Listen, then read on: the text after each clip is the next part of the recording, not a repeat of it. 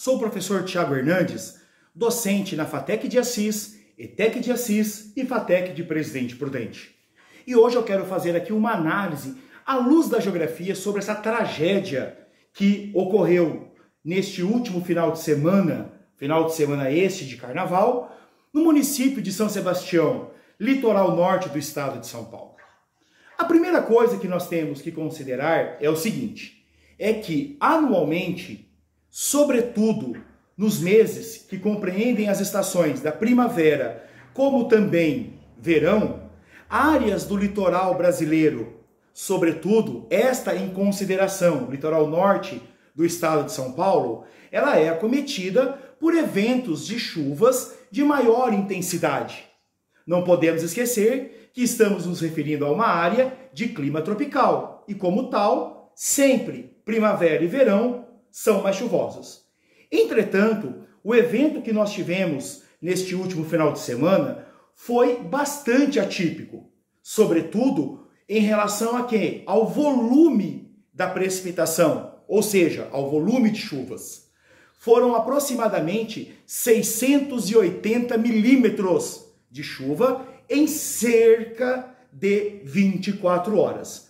Para vocês terem uma noção, a precipitação média desta região ao longo de todo o mês de fevereiro não chega a 300 milímetros. Então veja que nós estamos falando mais que o dobro previsto para o mês inteiro em apenas 24 horas. Então, o primeiro ponto é esse. Entretanto, a ocorrência, desse evento bastante atípico, bastante anormal, ele foi agravado por uma sinergia de fatores que nós temos que considerar. Até o dia de hoje, quarta-feira de cinzas, já foram contabilizadas 44 vítimas fatais, sendo que esse número ainda e infelizmente vai ser maior em razão dos corpos que ainda estão sendo encontrados, como também de feridos que podem vir a óbito, dependendo aí do nível da gravidade dos ferimentos. Mas retomando ao ponto abordado aqui, o que nós temos que considerar, pessoal? Que se tivéssemos uma sinergia de ações envolvendo tanto o poder público como também a sociedade como um todo, certamente esse tipo de situação ele seria, no mínimo, menos letal. Por que eu falo isso? Porque sempre quando nós consideramos tragédias dessa natureza, o que nós vemos? Um ponto que é comum a quase todas. Processos de ocupação irregular. Ou seja, áreas que não deveriam ser ocupadas. E por negligência do poder público de um lado. Do outro lado, processos de especulação imobiliário. Somado à falta de outras oportunidades de moradias, sobretudo para os cidadãos mais carentes da sociedade, que precisam ocupar e morar em algum lugar, acaba acontecendo esse tipo de tragédia, tá? Nesse caso, é importante lembrar que o poder público ele tem um papel importantíssimo em agir tanto na antecipação do problema. O que é agir na antecipação do problema?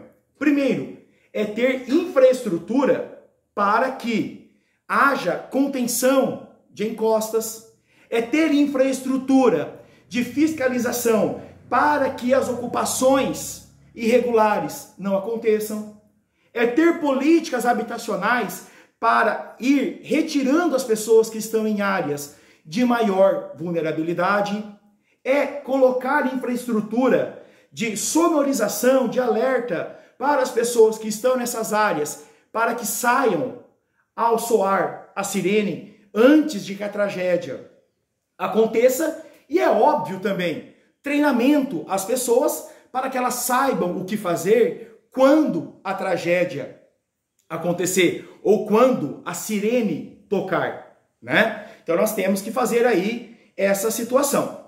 Agora, indo na contramão desse contexto, o que nós vemos?